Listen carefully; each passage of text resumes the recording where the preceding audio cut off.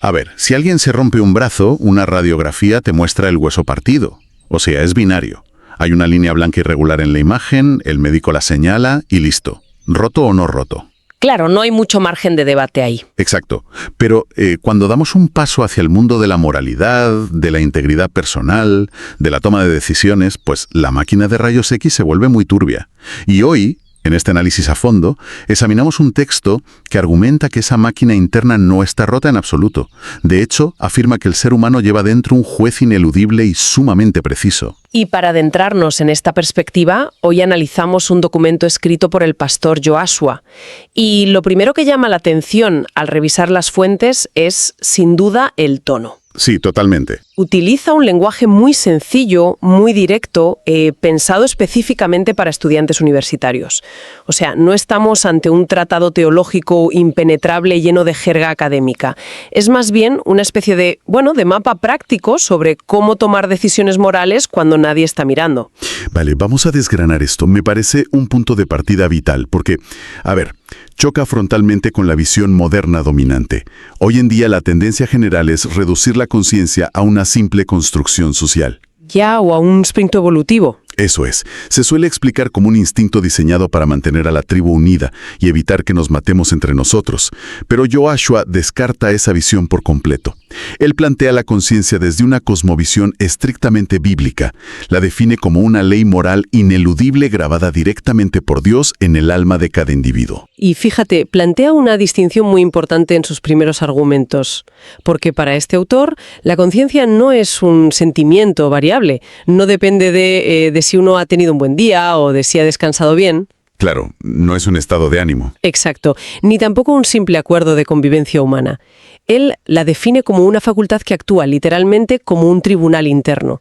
Lo fascinante de esto es cómo la describe, como un juez que otorga paz cuando se obra con rectitud o, por el contrario, una inquietud profunda cuando hay un desvío. Sí, y vincula de manera causal la integridad personal con el testimonio público. O sea que lo que ocurre en el rincón más oscuro y privado de la mente tiene un eco inevitable en cómo esa persona impacta al mundo exterior. Tal cual. Apoyándose en las cartas del apóstol Pablo, concretamente en los escritos a los Romanos, el capítulo 2, el autor argumenta que la conciencia da un testimonio constante. No es necesariamente un castigo instantáneo, ojo, sino un registro exhaustivo. Entiendo la premisa, pero, a ver, aquí es donde me surge la primera duda importante. Si ese tribunal interno es verdaderamente ineludible, como dice el texto, ¿cómo se explica al sociópata? Ya. O, sin irnos a extremos patológicos, ¿cómo explica este marco teórico al político corrupto o al empresario que estafa a cientos de personas y parece dormir plácidamente cada noche? Si hay una ley moral grabada a fuego, ¿por qué algunas personas parecen ser completamente inmunes a ella? Para entender la mecánica que propone Joshua, hay que separar muy bien la idea de una alarma inmediata de la idea de un registro continuo. Como decíamos, acusa o defiende cada acto para un juicio futuro y definitivo. Vale, si utilizamos una analogía tecnológica, este marco sugiere que la conciencia funciona como la caja negra de un avión comercial. Me gusta esa imagen, sí.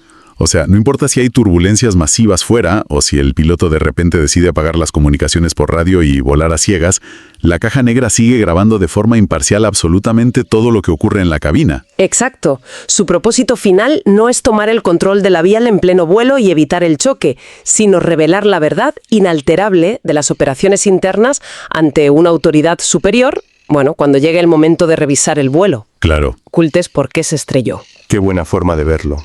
Ahora bien, el análisis de Joshua se vuelve todavía más complejo cuando examina la fricción entre ese individuo que, intenta mantener su caja negra limpia y el entorno que le rodea. Porque la lógica dictaría que si alguien actúa con una integridad pura y constante, pues la sociedad debería celebrarlo. Ya, pero el texto argumenta que ocurre todo lo contrario, ¿verdad? Exactamente todo lo contrario. Y eso nos lleva a una paradoja social que es fascinante. El autor menciona la idea de mantener una buena conducta para avergonzar a quienes murmuran o calumnian. Se basa en los escritos de Pedro, en su primera carta. Pero yo me pregunto, ¿por qué existe esa calumnia en primer lugar? Es la gran pregunta. O sea, la sociedad entera parece anhelar lo bueno.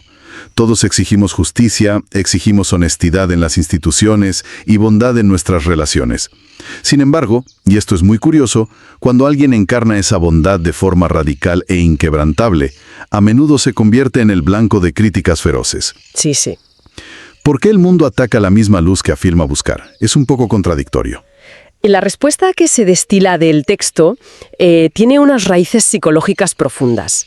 Según el análisis, la integridad inquebrantable de una persona actúa inevitablemente como un espejo. Un espejo. Imagina un entorno laboral donde todos tienen por costumbre llevarse pequeños materiales de oficina a casa o exagerar un poco las horas trabajadas en el informe. Si de repente entra un empleado nuevo que se niega rotundamente a hacer eso, su sola presencia pacífica es percibida como una amenaza, como una acusación. Claro, no necesita abrir la boca para que los demás se sientan juzgados. Exacto. La crítica y la calumnia que recibe no son ataques a su bondad en sí, sino reacciones defensivas ante ese espejo moral que refleja las pequeñas corrupciones del resto del equipo. Ostras, pero sostener esa postura suena a una receta para el agotamiento absoluto. Ser el espejo constante de las inseguridades ajenas tiene que generar una soledad tremenda. Tela. Es durísimo. Si la meta de mantener la conciencia limpia provoca tanto rechazo externo, ¿no resulta tentador para cualquiera simplemente ceder un poco para encajar? O sea, relajarse un poco. Y es precisamente por eso que Joshua advierte a su audiencia universitaria que la meta de la integridad no es la aprobación humana. O sea, la conciencia limpia no es una herramienta de relaciones públicas, no es un truco para caerle bien a la gente en el campus o en la oficina. Se presenta más bien como un escudo. Un escudo frente a las críticas. ¡Eso es!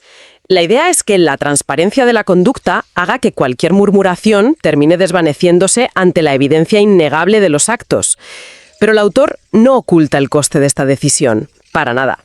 Acepta abiertamente que la fricción externa conduce al sufrimiento. Y a ver, me cuesta ver cómo se puede vender la idea del sufrimiento como algo positivo, especialmente a jóvenes universitarios en la sociedad actual. Hoy en día, el sufrimiento se interpreta casi exclusivamente como un error del sistema. Sí, como algo a evitar a toda costa. Exacto, como una señal de que has fracasado o de que necesitas terapia inmediata. Pero el texto da un giro completamente contracultural al afirmar que padecer por hacer el bien tiene un propósito superior. Bueno, hay que matizar muy bien este punto para no caer en malentendidos. Porque el pastor Joshua no está fomentando el victimismo, ni busca crear mártires accidentales.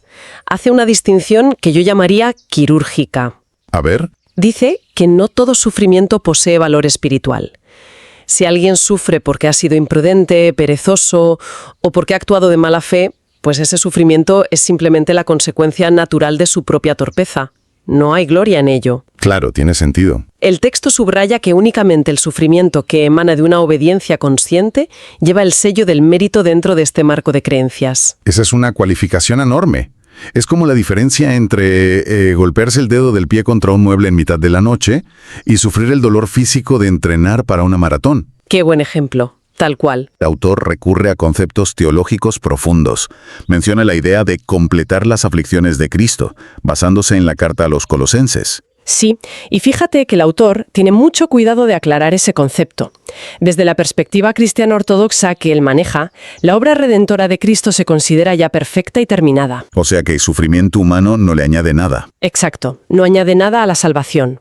Lo que Joshua propone es que sufrir por hacer el bien es una forma de participación fiel, de caminar en sintonía con la misma resistencia que enfrentó Cristo en su momento.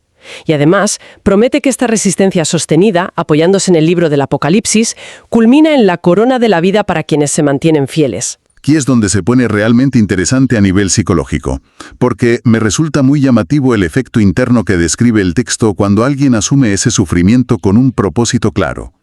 Joshua habla de una frescura inconfundible en el alma. Me encanta esa expresión.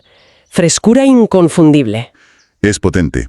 Describe un estado en el que una persona puede estar, por ejemplo, sufriendo rechazo social, perdiendo oportunidades laborales o siendo marginada en su entorno, y sin embargo experimenta una paz mental brutal. Sí, una paz que no depende de las circunstancias externas. Exacto. Es la tranquilidad inamovible de saber que no hay discrepancia entre lo que crees, lo que eres en privado y lo que haces en público. Es estar en el centro del huracán.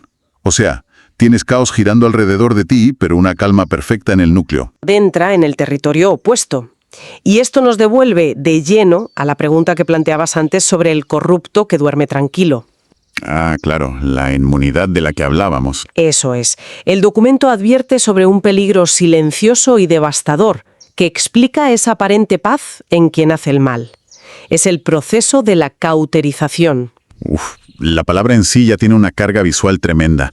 En medicina, cauterizar significa quemar un tejido para cerrar una herida. O sea, destruyes los nervios en el proceso para que la zona deje de sangrar, sí, pero también para que deje de sentir. Aplicar ese concepto al alma o a la brújula moral es una imagen muy, muy dura. Y muy certera según la argumentación del texto. Josué sostiene que el hábito continuado del pecado endurece la conciencia.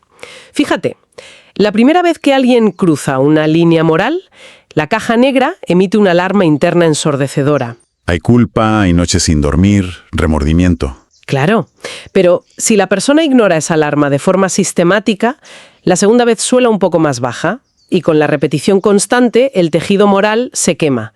Lo que antes producía un profundo dolor interno, gradualmente deja de molestar en absoluto. O sea, es exactamente igual que empezar a tocar la guitarra acústica. A ver. Las primeras semanas, la fricción de las cuerdas de acero te destroza las yemas de los dedos, duele horrores. Pero si sigues tocando a pesar del dolor, el cuerpo crea callos gruesos. Llega un punto en el que puedes presionar el metal con toda tu fuerza y no sientes absolutamente nada. Tal cual. Has perdido la sensibilidad. El problema evidente es que, en el terreno moral, perder la sensibilidad equivale a perder la única herramienta de navegación que tienes. Y la gran advertencia teológica aquí, que esto plantea una cuestión importante, es comprender la diferencia entre el silencio y la seguridad.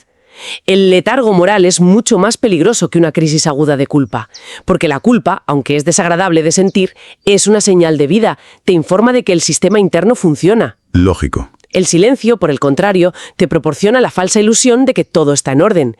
El autor describe el silencio interior de una conciencia adormecida como la antesala del extravío, y subraya que este endurecimiento temporal no anula el juicio final del que hablábamos al principio, simplemente elimina los avisos previos. Para visualizar el peligro de esa falsa paz, imaginemos un detector de humo en el pasillo de casa.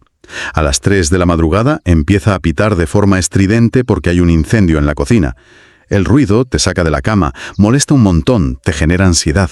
Normal. Pues cauterizar la conciencia equivale a coger una silla, subirte, arrancarle las pilas al detector de humo y volver a meterte en la cama para dejar de oír el pitido. Has conseguido lo que querías, el silencio ha vuelto. Te puedes volver a dormir, pero el fuego sigue ahí y la casa se va a reducir a cenizas contigo dentro. Madre mía, es una metáfora implacable. Y refleja perfectamente el peligro que expone Joshua. Sin embargo, la perspectiva bíblica que maneja el texto argumenta que esa cauterización, por muy profunda que sea, siempre puede ser perforada por la verdad externa. ¿Ah, sí? ¿Cómo? El autor ilustra esto recordando un episodio muy famoso del Evangelio de Juan, cuando llevan ante Cristo a una mujer sorprendida en adulterio. Sus acusadores tienen piedras en las manos, están listos para ejecutarla. Pero Cristo no discute con ellos ni les grita, simplemente expone una verdad moral directa frente a ellos. El famoso, el que esté libre de pecado que tire la primera piedra. Exacto. Esa verdad actúa como un resonador que atraviesa de golpe los callos de sus conciencias, provocando que la alarma interna vuelva a sonar. Y el resultado, claro, es que sueltan las piedras y se retiran uno a uno. Pero a ver, si alguien llega a esa conclusión, si quien lee el texto se da cuenta de que lleva años quitándole las pilas a su detector de humo y que ha desarrollado unos callos morales insensibles, ¿qué salida ofrece el documento? Pues ahí está la clave. Porque quedarse atascado en el diagnóstico del letargo espiritual parece bastante deprimente, la verdad. ¿Cómo plantea Joshua que se puede recuperar una sensibilidad que ya se ha quemado por completo? La ruta de restauración que traza el autor es quizá el punto más vital de todo su mensaje. Y fíjate que no aboga por un proceso de autoflagelación psicológica ni por un programa de modificación de conducta basado en la pura fuerza de voluntad. Para él, la solución requiere una intervención externa y divina. Vale. Basándose en la carta a los Hebreos y en la primera carta de Pedro, argumenta que el corazón debe ser purificado de esa mala conciencia a través de la obra de Cristo. O sea, entiendo que no se trata solo de un perdón legal, en el sentido de, bueno, has roto las reglas, pero te perdono la multa. Se trata de una rehabilitación funcional de la máquina, ¿no? Esa es la clave. Totalmente. El sacrificio, en la cosmovisión cristiana, no solo cancela una deuda, sino que tiene un poder regenerador. Josué afirma que restaura la capacidad misma del alma para distinguir, sentir y responder. Recuperar los nervios quemados. Exacto, es un proceso para devolverle la vida a esos nervios morales que habían sido cauterizados. Y para contrarrestar el miedo lógico que siente una persona al volver a exponerse a las críticas del mundo, ahora con una conciencia renovada y sensible, el texto recurre al libro de Isaías. ¿Qué cita exactamente? Recuerda la promesa del sustento divino continuo.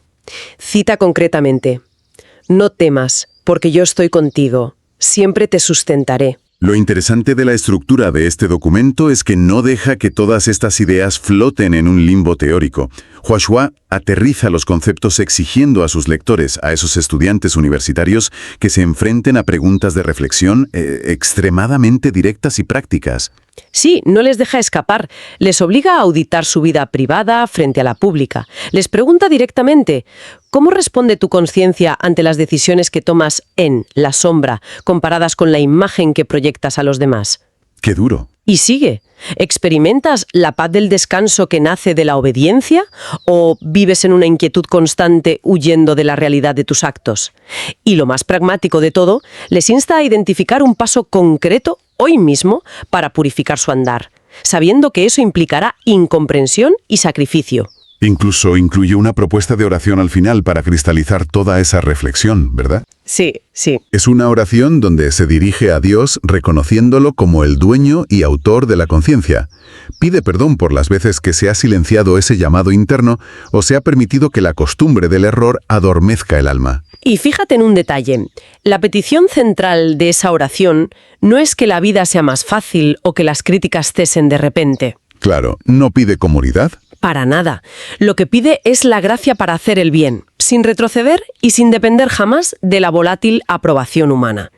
Es una búsqueda activa de valentía para ser totalmente transparente. Lo cual define un enfoque tremendamente proactivo de la integridad. O sea, no estamos hablando de una moralidad defensiva que consiste únicamente en encerrarse en casa y abstenerse de hacer cosas malas. Exacto. Se trata de cultivar un estado de alerta constante, manteniendo la caja negra operativa, para que lidere y dirija la forma en que el individuo interactúa con su entorno, sin miedo al impacto. Y el valor de examinar fuentes con esta profundidad es que, al final, exponen principios de una relevancia inmensa, porque ya sea que quienes nos escuchan compartan plenamente esta cosmovisión teológica o se acerquen a ella desde una simple curiosidad filosófica, el desafío humano subyacente es innegable. Totalmente innegable. El ejercicio de sentarse a examinar qué motivaciones guían nuestras acciones en la soledad más absoluta, frente a la fachada que construimos para la sociedad, es una práctica de integridad brutalmente honesta. Es un nivel de autoexamen que, la verdad, resulta crítico para no perder el norte en cualquier etapa de la vida. Entonces, ¿qué significa todo esto? Si recogemos todas las piezas y observamos la imagen completa del análisis de hoy, hemos recorrido un mapa que rechaza ver a la conciencia como una peculiaridad psicológica o una simple adaptación de grupo. Según Joshua, nos enfrentamos a un juez divino incrustado en el ser, que nos evalúa sin descanso, que nos escuda de la calumnia mediante una vida de transparencia y que exige un mantenimiento continuo. Para evitar el letargo, claro. Exacto, para evitar que el letargo silencie nuestra brújula espiritual. Y todo este recorrido por la necesidad de escuchar a nuestro juez interno nos empuja hacia una última pregunta, algo que no está directamente en el texto de Joshua, pero que, sinceramente, su lectura saca a la superficie de forma inevitable cuando miramos a nuestro alrededor hoy en día. A ver, cuéntame. Pensemos por un momento en la arquitectura de la vida moderna. O sea, estamos inmersos en una era de ruido exterior constante y absoluto. Notificaciones incesantes en los teléfonos, auriculares reproduciendo contenido sin pausa, agendas sobrecargadas y una búsqueda casi obsesiva de validación en las redes sociales. Sí, vivimos hiperconectados. Pues, a la luz de lo que hemos analizado hoy, cabe preguntarse, ¿es posible que hayamos construido y abrazado esta cultura del ruido y la distracción perpetua de forma semiconsciente, precisamente para no tener que sentarnos en una habitación en silencio y enfrentarnos al veredicto de nuestra propia conciencia? ¡Ostras, qué buena reflexión! Quizá la máquina de rayos X moral de la que hablábamos al principio funcione perfectamente, y lo que ocurre es que hemos decidido apagar el monitor porque nos aterroriza la nitidez de lo que podría mostrarnos. Da que pensar, desde luego. Ahí dejamos esa idea para quien nos escucha. Como siempre, la invitación sigue abierta para seguir cuestionando el ruido de fondo, buscando la claridad y profundizando en las ideas que moldean nuestra forma de vivir. Hasta el próximo análisis a fondo.